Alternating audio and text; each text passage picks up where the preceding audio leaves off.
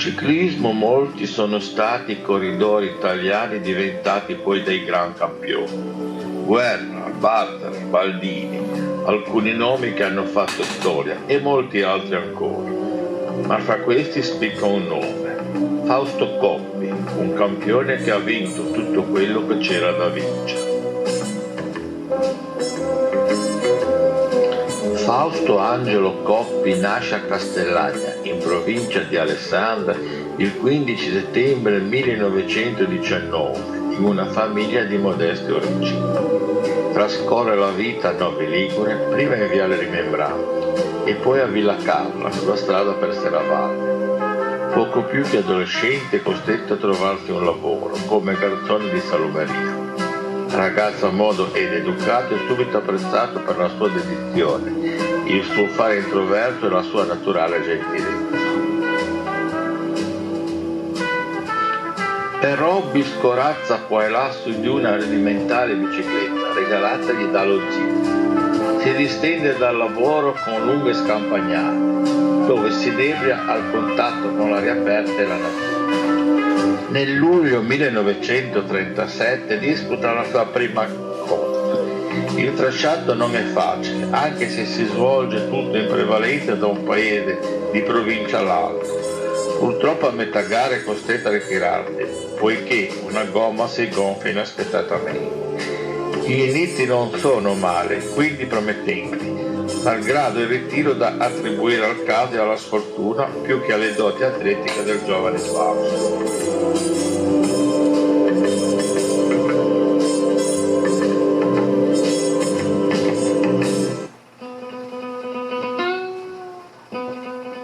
Mentre Coppi pensa al ciclismo, sopra la sua testa scoppia la seconda guerra mondiale.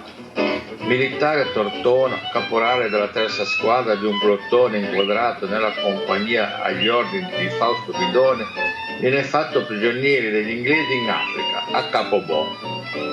Il 17 maggio 1943 viene internato a Meghet El Bab e poi trasferito al campo di concentramento di Blida, nei pressi di Algeri. Fortunatamente esce incolume da questa esperienza e, una volta tornato a casa, ha il modo di riprendere i suoi allenamenti in bicicletta.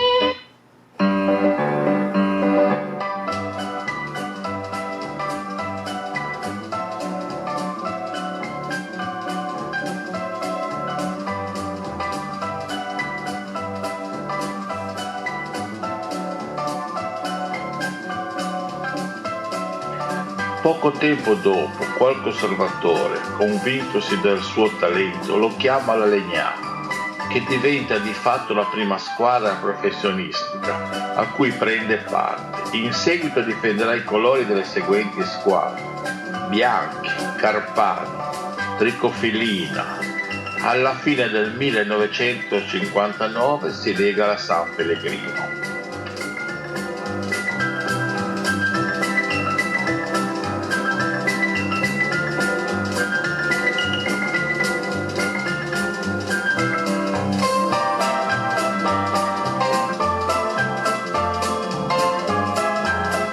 Al primo anno di professionismo arriva con 3 minuti e 45 secondi di vantaggio nella tappa Firenze-Modena del Giro d'Italia.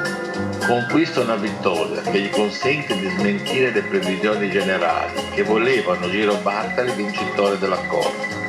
A Milano in rosa giunse infatti lui, Fausto Angelo Coppi.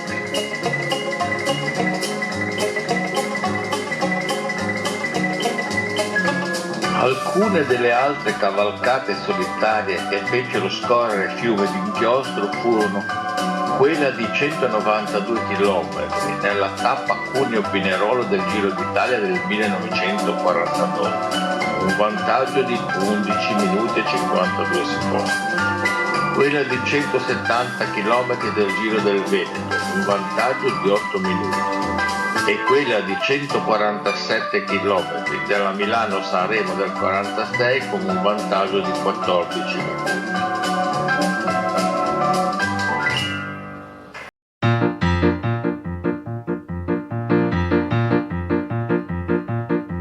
Farà piacere un bel mazzo di rose e anche il rumore che fa il celofano, ma una birra fa gola di più. In questo giorno appiccicoso di caucciù sono seduto in cima a un paracarro e sto pensando agli affari miei. Tra una moto e l'altra c'è un silenzio che descriverti non saprei. Oh, quanta strada nei miei sandali, quanta ne avrà fatta Bartali. Quel naso triste come una salita, quegli occhi allegri da italiano in gita, e i francesi ci rispettano, che le balle ancora gli girano. E tu mi fai, dobbiamo andare al cinema, vai al cinema, vacci tu. Zazzarazaz, zazzarazaz, zazzarazaz.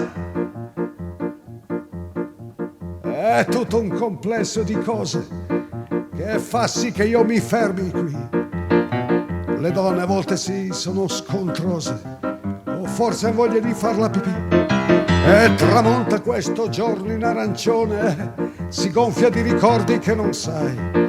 Mi piace restar qui sullo stradone, impolverato, se tu vuoi andare vai, e vai che io sto qui aspetto Bartali, scalpitando sui miei sandali. Da quella curva spunterà quel naso triste da italiano allegro, tra i francesi che si incazzano e i giornali che svolazzano. C'è un po' di vento, abbaia la campagna, c'è una luna in fondo al blu. Ratarata, ratarata, ratarata, ratarata,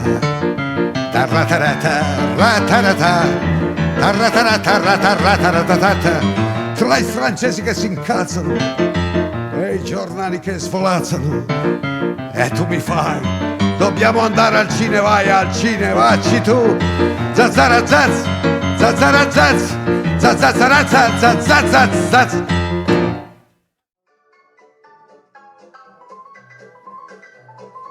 Il campionissimo del ciclismo vinse 110 corse, di cui 53 per distacco.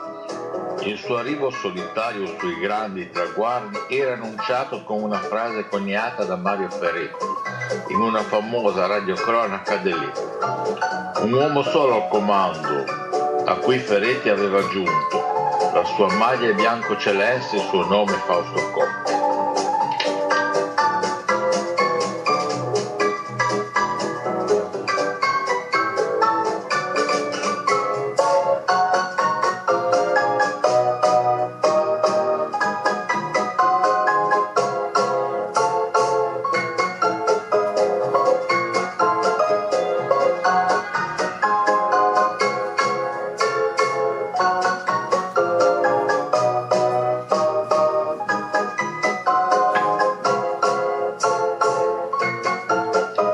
Il grande ciclista si aggiudicò 2 volte il Tour de France, nel 1949 e nel 1952, e 5 volte il Giro d'Italia, 1940, 47, 49, 52 e 53, ed entrò nella storia per essere uno dei pochi ciclisti al mondo ad aver vinto Giro e Tour nello stesso anno, tra cui ricordiamo anche Marco Pantani nel 1998.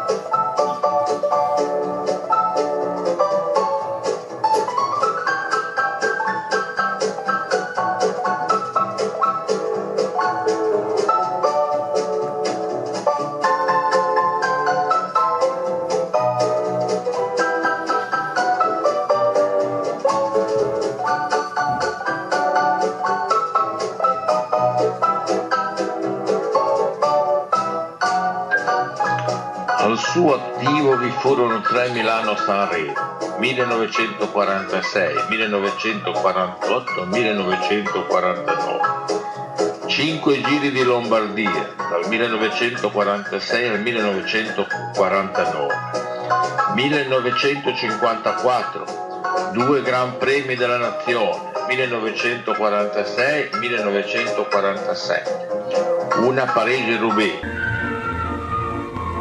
Si va sfoltendo il gruppo degli assi. Peso e staccato Chardis e Dio, fuggiti alle porte della città. Ormai il francese ha partita persa. Passo solitario e spettacoloso per la vittoria con 2 primi e 41 secondi di distacco. Buona giornata per i nostri. Non sarà poco per Dio. 1950 e una freccia a vallone 1950.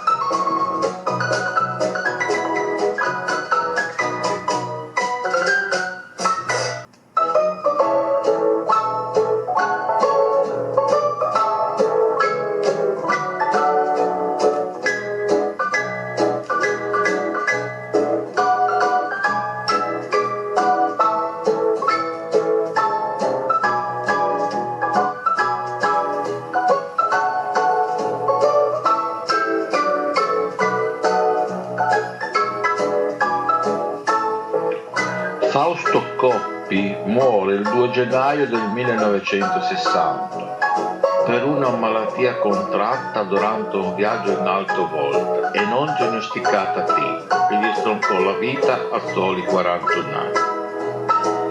La sua storia di ciclista, caratterizzata dalla rivalità alleanza con Gino Bartali, hanno fatto del leggendario ciclista una figura che, ben al di là del fatto sportivo, può dirsi veramente rappresentativa dell'Italia degli anni 50.